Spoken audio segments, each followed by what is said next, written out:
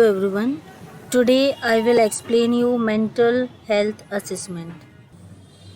In psychiatric nursing, mental health assessment is very important. Firstly, what is mental health assessment? Mental health assessment, also known as psychiatric assessment. Psychiatric assessment or psychological screening is the process of gathering information about a person with a purpose of making a diagnosis. Mental health assessment it's a process, ये एक process है जिसके through हम patient की information gather करते हैं, data collection करते हैं। फ्रॉम बर्थ से लेके अभी तक की सारी इंफॉर्मेशन हम हिस्ट्री टेकिंग में लेते हैं। तो history taking is a part of assessment. Okay, psychiatric assessment और mental health assessment is a first part of the treatment. Firstly, जब भी साइकेट्रिक पेशेंट हो या अदर पेशेंट हो डॉक्टर या नर्सिस के पास आते हैं तो फर्स्ट ऑफ ऑल हम विदाउट सबसे पहले हम क्या करते हैं, असेसमेंट करते हैं, क्योंकि विदाउट असेसमेंट हम पेशेंट की प्रॉब्लम को आइडेंटिफाई नहीं कर सकते हैं। Okay, so there are several methods of mental health assessment जो हम वन बाय वन डील करेंगे। Okay, next is purpose of mental health assessment. Mental health assessment के पर्पस क्या हैं, हम क्यों मेंटल हेल्थ असेसमेंट करते हैं। साइकेट्रिक में अगर मेंटल हेल्थ असेसमेंट नहीं आ रहा है तो क्लिनिकल सेटिंग में वर्क नहीं कर सकते साइकेट्रिक नर्सेस। ओके, सो ये बहुत इंपॉर्टेंट है, मेंटल हेल्थ असेसमेंट आना चाहिए।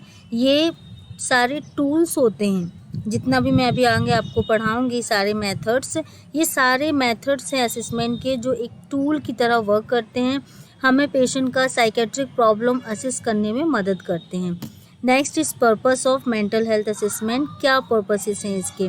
So mental health assessment is very helpful for first is gathering information about patient के बारे में हमें इंफॉर्मेशन मिलती है।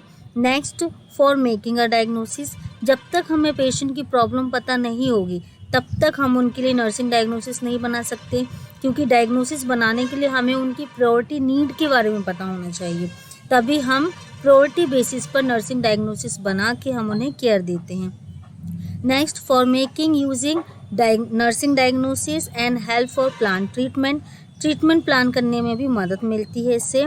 Next is for identify psychiatric emergency, assessment के थ्रू ही हम साइकेट्रिक इमरजेंसी भी असेस कर सकते हैं। फॉर असेसिंग सिम्टम्स, पेशेंट को हम असेस कर सकते हैं, उनके साइन एंड सिम्टम असेस कर सकते हैं with the help of psychiatric assessment. Next is purposeful for assessing predisposing factors and causes, जब हम हिस्ट्री लेते हैं, मेंटल स्टेटस एग्जामिनेशन करते हैं, न्यूरोलॉजिकल एग्जामिनेशन करते हैं, तो वाइल एग्जामिनेशन हमें बहुत सारी इन्फॉर्मेशन मिल जाती है अबाउट फैक्टर्स क्या है, कॉजेज़ क्या है डिसीज़ के, तो ये हमें फाइंड आउट होता है with the help of assessment. Next, allow to the patient and to his relatives and family members to express their feeling, thoughts and ideas, क्योंकि जब भी कोई बंदा साइकेट्रिक प्रॉब्लम से सफ़र करता है तो पेशेंट से ज़्यादा प्रॉब्लम उनके रिलेटिव्स और फैमिली मेम्बर्स को होती है। तो इस असेसमेंट के थ्रू हम उनके पेशेंट के फैमिली मेम्बर्स, रिलेटिव्स को, और इवन अगर पेशेंट अंडरस्टैंडेबल है, पेशेंट को भी हम अलाउ करते हैं कि वो अपने अंदर जो चल रही हैं फीलिंग्स, थॉट्स, आइडियाज़, प्रॉब्लम्स को वो एक्सप्रेस कर सकें। अदरवाइज़ कैसे एक्सप्रेस करेंगे, उनसे हम कैसे पूछेंगे।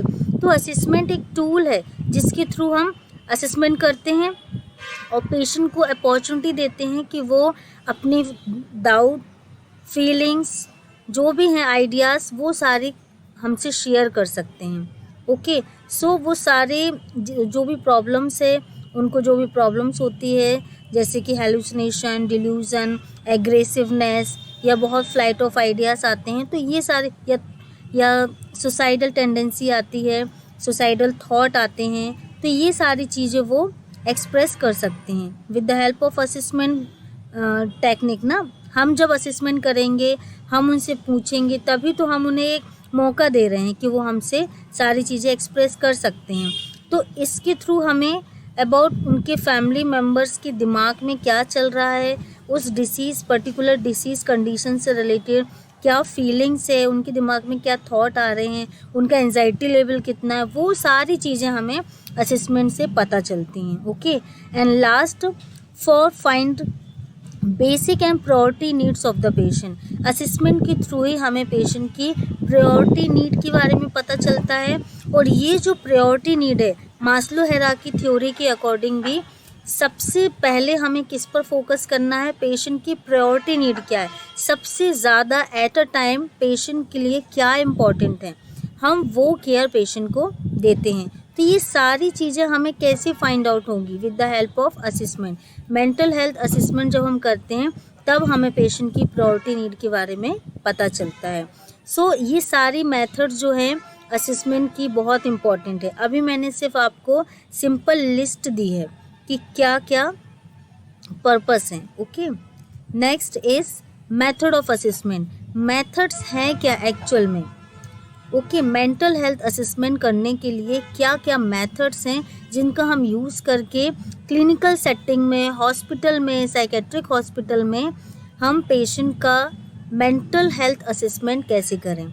तो इसके लिए there are various methods for assessment in psychiatry. First is history taking. Psychiatric history collection बहुत इम्पॉर्टेंट है. हिस्ट्री के थ्रू हम बहुत सारी इन्फॉर्मेशन फाइल से गैदर करते हैं और पेशेंट से, उनके फैमिली मेम्बर से, क्योंकि समटाइम बहुत साइकोसिस के केसेस में पेशेंट एबल नहीं होते हैं अपने बारे में इन्फॉर्मेशन देने के लिए. तो हम उनके फैमिली मेम्बर, रिलेटिव्स, जो भी इन्फॉर्मेंट होते हैं, जो इन्फॉर्मेशन देते हैं, उनकी मदद लेते हैं और हम सारी इन्फॉर्मेशन लेते हैं. तो हिस्ट्री टेकिंग में एक बहुत ही इम्पॉर्टेंट एक स्ट्रक्चर्ड है, ये पूरा का पूरा फॉर्मेट है जिसमें बहुत सारी चीज़ें इंक्लूडेड है. उसमें हम पेशेंट की बर्थ से लेके इवन जब हमारे पेशेंट अपनी मदर के वॉम में थे, ओके, इस वर्ल्ड में नहीं आए थे, तब तक हम उनकी मदर की भी एंटीनेटल हिस्ट्री लेते हैं इस साइकेट्रिक हिस्ट्री टेकिंग फॉर्मेट में. ओके. तो हिस्ट्री टेकिंग के थ्रू हमें पेशेंट की ओवरऑल सारी चीज़ें पता चलती हैं. Next is physical examination. Physical examination psychiatric में भी बहुत इंपॉर्टेंट है. सिर्फ मेडिकल सर्जिकल में इसका इम्पोर्टेंस नहीं है, क्योंकि जितनी भी फिजिकल प्रॉब्लम्स होती हैं, हेड टू टो एग्जामिनेशन हमें करना चाहिए साइकेट्रिक पेशेंट का. उसके थ्रू भी हमें बहुत सारी इन्फॉर्मेशन मिलती है. और ये जितनी भी इन्फॉर्मेशन हमें कलेक्ट होती है, फॉर एग्ज़ाम्पल हमें पेशेंट की फ़िज़िकल प्रॉब्लम्स के बारे में भी पता चल रहा फिज़िकल एग्जामिनेशन से, तो हम उन ट्रीटमेंट देंगे ना. हो सकता है फिज़िकल प्रॉब्लम है क्योंकि वो हाइजीन मेंटेन नहीं करते हैं, हो सकता है उनको स्किन प्रॉब्लम है, जिंजिवाइटिस हो गया है क्योंकि ब्रश भी नहीं करते हैं, तो उनको हो सकता है उसी ईचिंग की वजह से वो और इरिटेटेड हो रहे हैं. ओके. तो फिज़िकल एग्जामिनेशन में हम हेड टू टू पूरा एग्जामिनेशन करते हैं. ये भी बहुत इंपॉर्टेंट फॉर्मेट है. Okay. Next, mental status examination. Mental status examination is a की पॉइंट. ओके. बहुत ही इम्पॉर्टेंट पॉइंट है साइकेट्रिक असेसमेंट का. मेंटल स्टेटस से हमें बहुत सारी चीज़ें पता चलती हैं पेशेंट की. Next is mini mental status examination. Mini mental status examination हम कॉग्निटिव असेसमेंट करने के लिए करते हैं. कॉग्निटिव इम्पेयरमेंट को असेस करने के लिए, जैसे कि डिमेंशिया है, अल्जाइमर डिसीज़ है, इस केसेस में क्या होता है कि कॉग्निटिव इम्पेयरमेंट होता है. तो ये बहुत इंपॉर्टेंट 30 पॉइंट स्केल है. इसकी मदद से भी हम बहुत सारी चीज़ें असेस करते हैं related to patient. Next is neurological examination. Neurological examination बहुत ही लेंदी असेसमेंट है. ओके. इसमें हम पेशेंट सारी चीज़ें, ओवरऑल सारी चीज़ें असेस करते हैं. इसमें सारे फॉर्मेट भी इंक्लूडेड हैं. न्यूरोलॉजिकल में हम 12 क्रेनियल नर्व्स भी असेस करते हैं. ब्रेन के जो ऑर्गन हैं पार्ट्स हैं, उन सब का फंक्शन पढ़ते हैं. सेरिब्रल फंक्शन पढ़ते हैं, रिफ्लेक्सेस. न्यूरोलॉजिकल में सारा ओवरऑल न्यूरोलॉजिकल एग्जामिनेशन करते हैं. इट मीन्स सारा का सारा नर्वस सिस्टम का जो फंक्शनिंग है वो असेस करते हैं. Okay. Next is psychological test. Psychological test बहुत इम्पॉर्टेंट है. हमें किसी पेशेंट का एटीट्यूड, उनका एंजाइटी लेवल, इंटेलिजेंसी, सारा कुछ असेस कर सकते हैं. जैसे आप लोगों ने बायोमेट्रिक असेसमेंट सुना होगा. बायोमेट्रिक सुना होगा आप लोगों ने, ना। तो साइकोमेट्रिक भी होता है, साइकोमेट्रिक असेसमेंट होता है। साइकोमेट्रिक असेसमेंट में साइकोलॉजिकल टेस्ट का यूज़ करके हम पेशेंट का असेसमेंट करते हैं। फॉर एग्जांपल, अगर हमें पेशेंट का एंजाइटी लेवल असेस करना है, तो एंजाइटी हम ऐसे कैसे असेस कर सकते हैं? तो इसके लिए स्टैंडर्डाइज टूल हैं। ओके, एंजाइटी असेसमेंट टूल हैं जो मैं आगे आप लोगों को पढ़ाऊंगी आगे वाले वीडियोस में। तो बहुत सारे साइकोलॉजिकल टेस्ट हैं जिनका यूज़ करके हम पेशेंट का असेसमेंट कर सकते हैं। And last is investigation. Psychiatric में भी बहुत सारे इन्वेस्टिगेशन कराए जाते हैं जिसके थ्रू हमें साइकेट्रिक प्रॉब्लम्स का पता चलता है।